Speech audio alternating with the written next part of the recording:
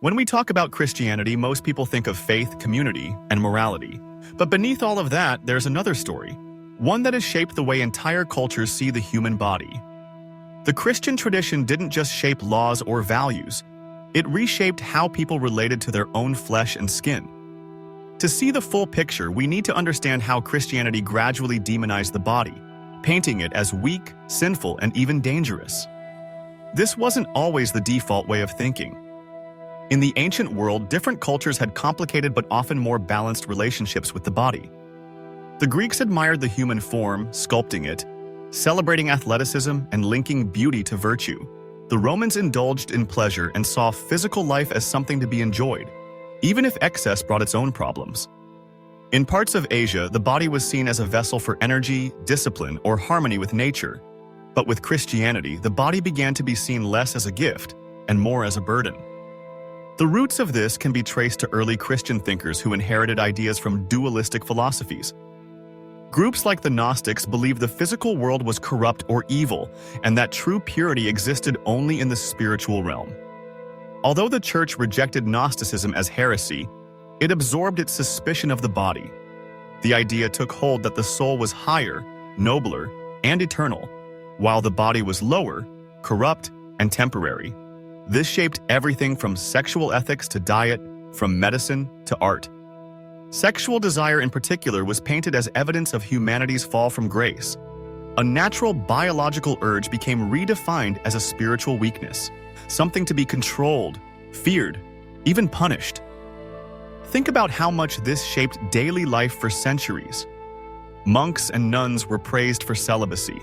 Entire communities looked up to people who rejected not just sex, but even touch, warmth, and comfort. Some saints went to extremes, deliberately starving themselves, whipping their own backs, or sleeping on cold stones. The body became an enemy, something to conquer instead of something to care for. This mindset bled into ordinary people's lives.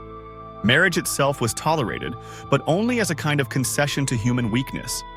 Pleasure within marriage was still looked at with suspicion. The highest form of holiness, according to many church fathers, was to live as though one had no body at all. The damage of this thinking is hard to overstate, because once you teach people that their very flesh is a source of sin, you create a culture of guilt, shame, and self-denial. You convince entire generations that their natural instincts are not just human, but somehow evil. It also affected medicine. In the early centuries, care for the body often took a back seat to care for the soul. Illness could be seen as punishment for sin, and healing as less important than repentance. While other civilizations advanced in anatomical knowledge and surgery, parts of Christian Europe lagged, hesitant to study the body too closely. In some cases, even dissection was banned, slowing the progress of science for centuries. But perhaps the most lasting impact was psychological. By framing the body as sinful, Christianity cultivated a deep suspicion of pleasure itself. The joy of eating, the joy of touch, the joy of movement, these became morally dangerous. Over time, this instilled in millions of people the belief that being human meant constantly fighting against yourself. This suspicion of the body shaped art as well. In classical times, the nude body was celebrated. In Christian Europe, it was covered, hidden, or made into a symbol of shame. The story of Adam and Eve naked in the garden became the ultimate cautionary tale. Nakedness equaled vulnerability, sin, temptation. Only after the Renaissance did some of those classical attitudes return, and even then, always wrapped in religious justification. It's also worth asking, why did Christianity need to demonize the body? Part of the answer lies in control. If you can convince people that even their own desires are sinful, you can control them more easily. When guilt lives inside a person, no chains are needed. Entire societies could be governed by invisible rules that reached into the most intimate corners of daily life. And those rules weren't applied equally. Women, in particular, were targeted as the embodiment of temptation. Female bodies were blamed for men's desires, men's weaknesses, even men's sins. The story of Eve eating the fruit became the framework for how women were judged for centuries. Their bodies were dangerous, their sexuality threatening, their presence something to regulate and restrict. This view shaped laws, social roles, and family life for generations. Women were expected to cover up, stay quiet, and live as though their bodies did not exist except for childbearing. Even their health was sometimes ignored. Pain in childbirth, for example, was interpreted as divine punishment, not something to be treated with compassion. Over time, this suspicion of the body blended with politics, shaping how societies punished crime, enforced modesty, and defined morality. Corporal punishment became normal because the body was seen as the right target for discipline. Public shaming, torture, executions, these weren't just about crime, but about sending the message that the body itself was disposable compared to the soul. Even today, traces of this thinking survive. You can see it in purity culture, in debates over sexuality, in the discomfort some people still feel about nudity or pleasure. The idea that the body is shameful hasn't disappeared. It has just changed its clothing. What's ironic is that modern science and psychology tell us the exact opposite. The body isn't separate from the mind. It is the mind. Our thoughts, our emotions, our sense of self all emerge from the physical processes of the brain and nervous system. To reject the body is to reject what makes us human.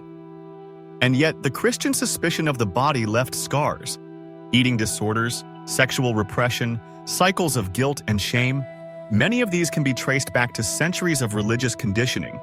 Even people who leave religion often find those patterns lingering. The voice that says, "This is wrong," or "You should feel guilty," doesn't vanish overnight. There's also the larger cultural cost. Whole civilizations were built on the idea that pleasure must be suspect, that joy must be earned only after suffering, that to truly be good, you must somehow escape the very body you live in. That worldview has limited human progress in art, science, medicine, and basic well-being.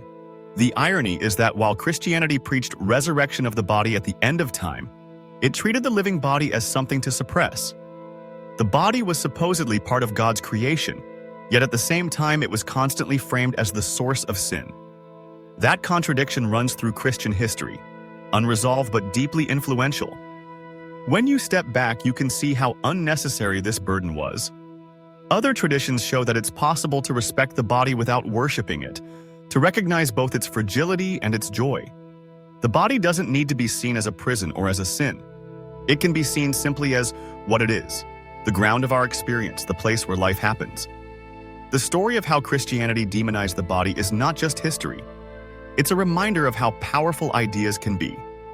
Ideas can shape laws, art, medicine, and entire cultures for thousands of years, and ideas can linger long after their origin is forgotten. Breaking free from those ideas means learning to see the body differently, not as a threat, not as a test, but as the very thing that makes us who we are. It means recognizing that pleasure is not the enemy of meaning, that desire is not the opposite of dignity, and that caring for the body is not weakness but wisdom. The body is not sinful. It is not shameful. It is not something to escape. It is the only place where life is ever lived. And maybe when we start seeing it that way, we can begin to undo centuries of unnecessary guilt and start to live more fully. The body is not sinful. It is not shameful. It is not something to escape. It is the only place where life is ever lived. And when you recognize that, a lot of things start to look different. You start to see how strange it is that so many people were taught to feel guilty just for being human. Guilty for hungers they never chose, for desires that belong to nature itself. You start to notice how deeply this suspicion of the body is woven into culture, even outside religion. How it shows up in the way people talk about modesty, in the way sex education is taught, in the way pleasure is still framed as dangerous. Even laws about health care, birth control, and personal freedom still echo this ancient distrust.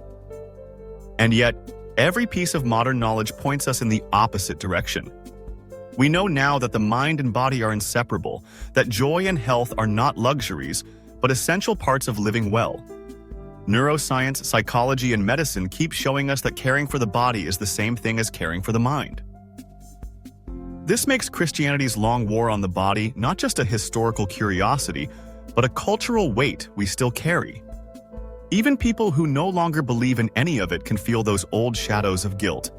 That inner voice whispering that pleasure is weakness, or that suffering is somehow more noble than happiness. But when you step back, it becomes clear. Those ideas were never truths about the human condition. They were tools of control, tools to enforce obedience, tools to keep entire populations focused on suppressing themselves instead of questioning authority. And once you see that, you don't have to carry it anymore. You don't have to feel guilty for being flesh and blood. You don't have to apologize for desire or fear your own instincts. The body is not the enemy. The body is life itself. If there's one lesson to take away, it's this. No God ever breathed life into the body. But without the body, there would be no life to breathe. Everything we are, everything we feel, everything we value comes through this fragile, temporary, miraculous thing we call a body. To demonize it is to demonize existence itself. To embrace it is to finally start living.